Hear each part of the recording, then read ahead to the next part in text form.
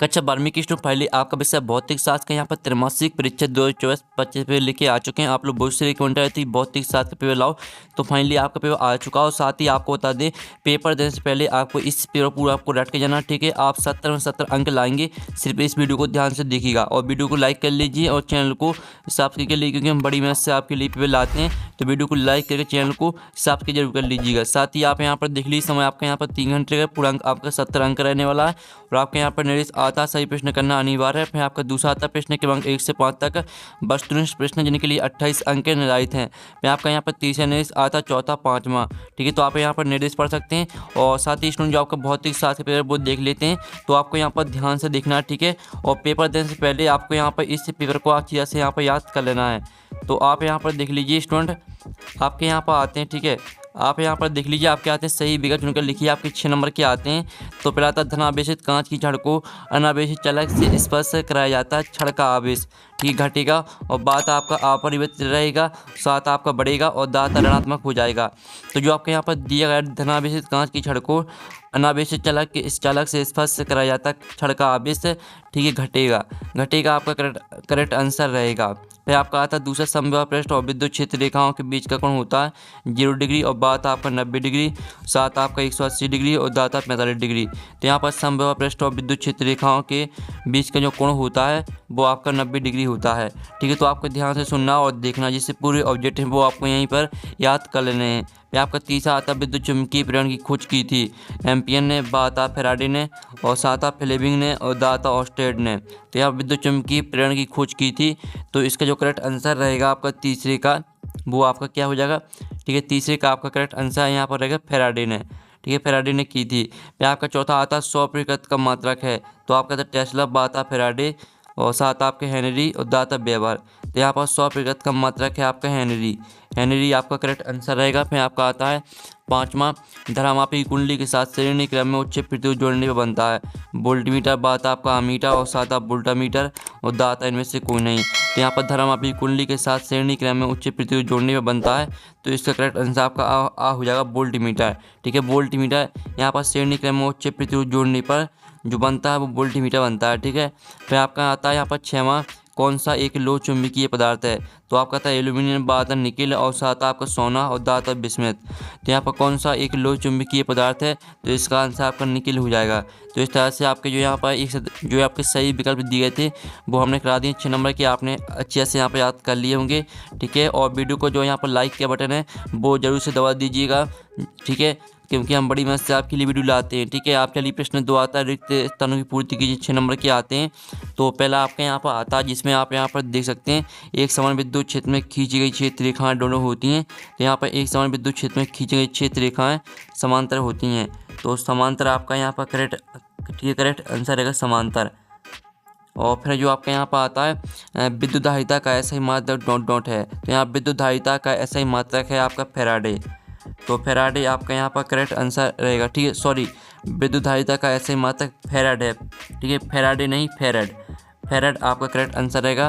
फिर आपका आता है किरचॉफ का प्रथम नियम डॉट के सिद्धांत पर आधारित है, तो यहाँ पर किरचॉफ का प्रथम नियम, ठीक है, आवेश संरक्षण के सिद्धांत पर आधारित है, तो आपका इसका आंसर रहेगा आवेश संरक्षण, ठीक है। तो आवेश संरक्षण के सिद्धांत पर आधारित है। फिर आपका आता चौथा षष्ठ को हमेशा डॉट क्रम में जोड़ा जाता है, तो यहाँ पर षष्ठ को हमेशा समांतर क्रम में जोड़ा जाता है, तो समांतर आपका इसका आंसर रहेगा। क्रम पहले से लिखा हुआ है, तो यहाँ पर षष्ठ को हमेशा समांतर क्रम में जोड़ा जाता है।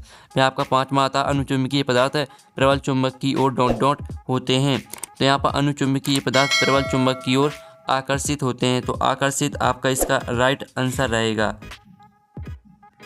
फिर जो आपका यहाँ पर दिया गया है एलसी परिवर्तन धारा और विभवांतर के मध्य डॉट का कलांतर होता है, तो यहाँ पर एलसी परिवर्तन धारा और विभवांतर के मध्य π/2 का कलांतर होता है, ठीक है, π/2 आपका इसका आंसर हो जाएगा। अब चलिए आपके यहाँ पर देख लेते हैं नेक्स्ट प्रश्न, जिसमें आते हैं सत्य असत्य का चयन करके लिखिए।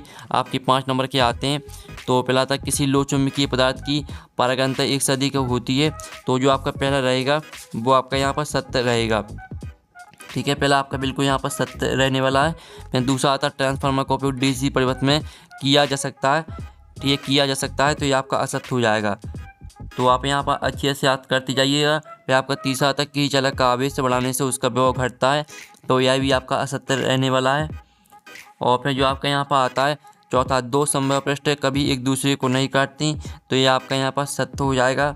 और जो आपका यहाँ पर दिया गया 5 में, विद्युत धारा से, ठीक है, विद्युत धारा ले जाने वाली कुंडली चुंबकीय विद्युत द्रुव की तरह व्यवहार करती है, तो यह आपका बिल्कुल यहाँ पर सत्य हो जाएगा। तो इस तरह से आपके जो यहाँ पर सत्य असत्य वो कंप्लीट हो जाते हैं। आपने अच्छे से याद कर लिए होंगे। आप प्रश्न 4 आता है सही जोड़ी बनाइए, ठीक है, 6 नंबर की जाती हैं। स्तंभ अवयव में आपकी दी सही जोड़ी। पहली आती है संधारित्र, तो संधारित्र को आपको चार्ज का भंडारण से मैच करना है। फिर दूसरी आती है विद्युत द्रुव की इकाई, तो इसको आपको कूलम मीटर से मैच करना है। फिर तीसरी आती है आपकी लॉरेंज बल, तो लॉरेंज बल जो आपकी यहाँ पर रहेगी वो आपकी हो जाएगी न्यूटन, ठीक है, ये आपकी तीसरी हो जाएगी। चौथी आती है पारस्परिक प्रेरण, तो पारस्परिक प्रेरण को आपको यहाँ पर मैच करना है हेनरी से। और जो आप 5वीं आती है प्रेरित ईएमएफ, तो इसको आपको यहाँ पर चुंबकीय प्रवाह में परिवर्तन से मैच करना है। और जो आपकी 6वीं आती है किरचॉफ का नियम, तो इसको आपको यहाँ पर जटिल विद्युत परिपथ का अध्ययन से मैच करना है। तो इस तरह से आपके जो यहाँ पर सही जोड़ी वो मैच हो जाती हैं। साथ ही हमने यहाँ पर नंबर लिख दिए कौन में आपको कौन सी मैच करनी, तो आप यहाँ पर देख सकते हैं। अब स्टूडेंट आप यहाँ पर देख लीजिए, आपका प्रश्न 5 आता है, एक सदवाक्य में उत्तर दीजिए। 5 नंबर के आते हैं। आपकी सही जोड़ी तो हमने कंप्लीट करा दी है।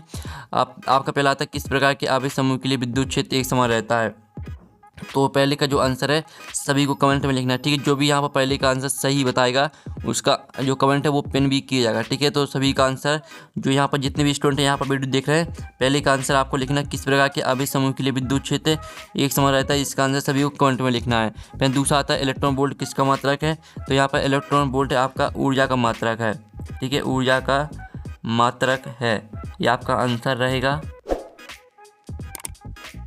फिर जो आपका यहाँ पर आता है अनुवन वेग पड़ता आपका क्या प्रभाव पड़ता है, ठीक है, क्या प्रभाव पड़ता है, तो यहाँ पर अनुवन वेग, ठीक है, अनुवन वेग ताप बढ़ने पर घटता है, ठीक है, अनुगमन वेग ताप बढ़ने पर घटता है। इस तरह से आपका आंसर अगर सुन लीजिएगा, हमें यहाँ पर लिखने में काफ़ी टाइम लग जाएगा, इसलिए आप यहाँ पर सुन लीजिए, ठीक है। अनुगमन वेग ताप बढ़ने पर घटता है। फिर आपका आता है चुंबकीय फ्लक्स का मान न्यूनतम कब होता है, तो जो इसका आंसर रहेगा चुंबकीय फ्लक्स का मान न्यूनतम कब होता है, तो इसका आंसर आपको बता दिया जाएगा, ठीक है। 5वां आता किसी प्रत्यावर्ती धारा का शिखर मान 0 है, एक पूर्ण चक्र में इसका औसत मान कितना होगा, तो इसका जो औसत मान रहेगा वो आपका 0 रहेगा। तो इस तरह से आपके यहाँ पर जो एक सदवाक्य में कंप्लीट हो जाते हैं। जो आपका चौथे का आंसर वो वीडियो के लास्ट में आपको बताया जाएगा, ठीक है। अब चलिए आपका 6वां आता है दो विद्युत क्षेत्र का एक दूसरे को क्यों नहीं काटती, तो स्टूडेंट आप यहाँ पर इसका आंसर देख लीजिए। क्योंकि इस स्थिति में कटन बिंदु पर एक सदिक स्पर्श रेखाएं खींची जा सकती हैं जो तो उस बिंदु पर विद्युत क्षेत्र एक सदी की दिशा प्रदर्शित करेगी या असंभव है, ठीक है। इस तरह से आपका आंसर रहेगा। फिर जो आपका यहाँ पर दिया गया है विद्युत क्षेत्र की परिमाण मात्रक एवं विमीय सूत्र लिखिए, तो इसका आंसर भी आप यहाँ पर देख लीजिए। ये आपका प्रश्न है यहाँ पर दिया गया है, देख लीजिए। फिर विद्युत क्षेत्र किसी बिंदु पर रखा एकांक धनात्मक जिसमें बल का अनुभव करता है उसे उस बिंदु पर विद्युत क्षेत्र की तीव्रता कहते हैं। इसका ऐसा ही मात्रक न्यूटन प्रति कूलम एवं विमीय सूत्र आपका mL/t-3 a-1 है, ठीक है। आपका यहाँ पर आंसर हो जाता है अथवा का। फिर जो आपके यहाँ पर दिया गया समविभव पृष्ठ किसे कहते हैं, ठीक है, तो इसका आंसर हम यहाँ पर देख लेते हैं। तो आप यहाँ पर देख लीजिए जिस पृष्ठ के प्रत्येक बिंदु पर विभव समान होता है उसे समविभव पृष्ठ कहते हैं। फिर जो आपके यहाँ पर आता है दो समविभव पृष्ठ एक दूसरे के प्रतिच्छेद क्यों नहीं करते, ठीक है, तो इसका जो आंसर रहेगा वो आप यहाँ पर देख लीजिए। विद्युत बल रेखाएं समविभव पृष्ठ के लंबवत होती हैं। यदि दो समविभव पृष्ठ एक दूसरे को काटते हैं तो कटन बिंदु पर दो दिशाएं होंगी जो संभव नहीं है, ठीक है। इस तरह से आपका आंसर रहेगा अथवा वाले का। फिर जो आपके यहाँ पर दिया मोटर गाड़ी को स्टार्ट करने पर उसकी हेडलाइट कुछ मंद क्यों हो जाती है, ठीक है, तो इसका जो आंसर रहेगा वो आप यहाँ पर देख लीजिए। मोटर गाड़ी स्टार्ट करने पर स्टार्टर गाड़ी की बैटरी से एक उच्च धारा लेता है अतः बैटरी में विभव पतन IR के बढ़ने से बैटरी की प्लेटों के बीच विभवांतर काफ़ी गिर जाता है जिसका हेडलाइट कुछ मंद हो जाती है। इस तरह से आपका आंसर रहेगा। फिर आपका आता ओम का नियम लिखिए, तो ओम का नियम देख लीजिए, ठीक है। यदि किसी चलक की भौतिक अवस्था जैसे लंबाई तब आदि में परिवर्तन ना हो तो उसमें प्रवाहित होने वाली विद्युत धारा उसके सिरों पर लगाए गए विभवांतर के अनुपाती होती है। यदि चलक के सिरों पर लगाया गया विभवांतर V और उसमें प्रवाहित बहने वाली धारा I हो तो V समानुपाती I या V बराबर R/I, जहाँ R एक नियतांक है जिसे उस चलक का प्रतिरोध कहते हैं। तो इस तरह से आपको ओम का नियम हो जाता है। फिर जो आपके यहाँ पर दिया एम्पियर का परिपथ नियम लिखिए, ठीक है, तो एम्पियर का परिपथ नियम हम यहाँ पर देख लेते हैं। तो स्टूडेंट जो आपके यहाँ पर इसका आंसर रहेगा, तो स्टूडेंट आप यहाँ पर देख लीजिए ये आपका यहाँ पर एम्पियर का परिपथी नियम। इस नियम के अनुसार चुंबकीय क्षेत्र B का, ठीक है, एक बंद वक्र सी के अनुदेश से रेखीय समाकलन वक्र द्वारा परिबद्ध कुल धारा आई का म्यू 0 गुना होता है। इसका सूत्र आप यहाँ पर देख लीजिए। फिर जो आपके यहाँ पर दिया गया है, ठीक है, आमीटर और वोल्ट मीटर में अंतर लिखिए। तो आप यहाँ पर देख लीजिए अथवा का आंसर आमीटर और वोल्ट मीटर आपके 2 अंतर दिए हैं और आपको दोनों पॉइंटों को याद कर लेना है। फिर जो आपके यहाँ पर दिया गया है, यहाँ पर वायु सेवाट का नियम लिखिए। तो वायु सेवाट का नियम हम यहाँ पर देख लेते हैं, ठीक है। तो आपको यहाँ पर ध्यान से याद कर लेना है। तो स्टूडेंट आप यहाँ पर देख लीजिए, ये आपका वायु सेवाट का नियम, ठीक है। माना एक चालक ए बी जिसमें आई धारा प्रवाहित हो रही है, ठीक है, इस तरह से आपको यहाँ पर लिखना है। और साथ ही इसका डायग्राम आप यहाँ पर देख लीजिए, इसका पहला पॉइंट, ठीक है, फिर दूसरा पॉइंट और इसका जो तीसरा पॉइंट आप यहाँ पर देख लीजिए। इस तरह से आपका इसका आंसर हो जाता है। और जो आपके यहाँ पर दिया गया है, फैराडे की विद्युत चुंबकीय प्रेरण संबंधी नियम लिखिए। तो जो इसका आंसर रहेगा वो हम यहाँ पर देख लेते हैं। तो आप यहाँ पर देख लीजिए, ये फैराडे की विद्युत चुंबकीय प्रेरण संबंधी नियम, ठीक है। आपका प्रथम नियम यहाँ पर दिया गया है, तो प्रथम नियम आपको यहाँ पर याद कर लेना है। और साथ ही इसका द्वितीय नियम देख लीजिए, प्रेरित विद्युत भाग बल का मान चुंबकीय फ्लक्स में परिवर्तन दर के अनुपाती होता है। ये आपका द्वितीय नियम हो जाता है, ठीक है। प्रथम और द्वितीय नियम दोनों को याद कर लेना है। फिर जो आपके यहाँ पर दिया गया है, ठीक है, आपके यहाँ पर आता है इसका अथवा एक हेनरी मात्रा को परिवर्तित कीजिए। तो इसका आंसर खुद कर लीजिएगा। फिर आपका आता है प्रतिवर्ती धारा से विद्युत अपघटन क्यों नहीं होता। तो इसका जो आंसर रहेगा वो आप यहाँ पर देख लीजिए, प्रतिवर्ती धारा से विद्युत अपघटन क्यों नहीं होता। तो यहाँ प्रतिवर्ती धारा से विद्युत अपघटन नहीं होता क्योंकि प्रतिवर्ती धारा को आसानी से निम्नता उच्च वोल्टता पर परिवर्तित किया जा सकता था, उस हानि को कम किया जा सकता है। ये आपका आंसर रहेगा। फिर आपका आता है प्रतिवर्ती धारा और दिष्ट धारा में अंतर लिखिए। तो ये आपके यहाँ प्रतिवर्ती धारा और दिष्ट धारा में अंतर है। इसमें धारा की दिशा व परिमाण दोनों बार बार बदलते हैं। इसमें धारा की दिशा स्थिर रहती है। यह केवल धारा का ऊष्मीय प्रभाव का प्रदर्शन करती है या धारा का चुंबकीय, ऊष्मीय, रासायनिक तीनों प्रभाव का प्रदर्शन करती है। इस तरह से आपको 3 पॉइंट यहाँ से याद कर लेने हैं। फिर जो आपके यहाँ पर दिया गया है, चल कुंडली धारा मापी की शुरुआत कैसे बढ़ाई जा सकती है। इसका जो अथवा आता है, पृथ्वी की विभव को शून्य क्यों माना जाता है। तो स्टूडेंट आप यहाँ पर अथवा का आंसर लिख लीजिए। जो आपको दिया था पृथ्वी की विभव शून्य क्यों माना जाता है। तो पृथ्वी का आकार इतना बड़ा है कि उससे कुछ आवेश देने या उससे कुछ आवेश लेने से उसकी विभव में कोई विशेष अंतर नहीं आता, इसलिए पृथ्वी की विभव को शून्य माना जाता है। तो इस तरह से आपका आंसर हो जाता है। फिर जो आप यहाँ पर देख लीजिए, आपका जो 5वां प्रश्न आता है, प्लस 5 म्यूसी और तथा -5 म्यूसी के 2 आवेश एक दूसरे से 1 मिलीमीटर की दूरी पर स्थित है, द्विध्रुव आघूर्ण की गणना कीजिए। जो इसका अथवा वाला आता है, गॉस का प्रमेय का उपयोग करते हुए सिद्ध कीजिए कि आवेशित खोखले चालक के अंदर विद्युत क्षेत्र का कोई अस्तित्व नहीं होता, ठीक है। तो जो इसका आंसर है वो हम यहाँ पर देख लेते हैं।